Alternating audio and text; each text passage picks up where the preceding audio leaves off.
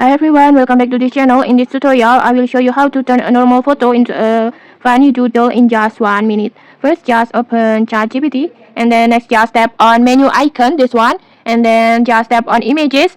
And on the styles image, just go to or search for the doodle styles, this one, just tap on it. And then next just choose the photo from your gallery, or you can also take a new selfie from your camera. And then in here I will just choose a photo from my gallery. I will choose a photo.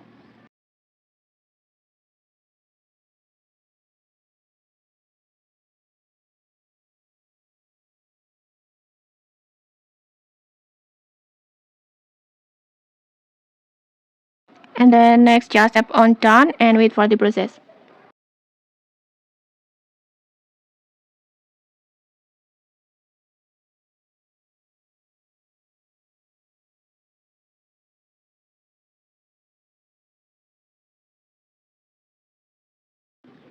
And okay, like this, in just a few moments your photo is now funny doodle like this, and I think it's so cute. It's super cute. And okay, that's it. If you found this helpful, don't forget to like, comment and subscribe for more tutorials. Thanks for watching and see you.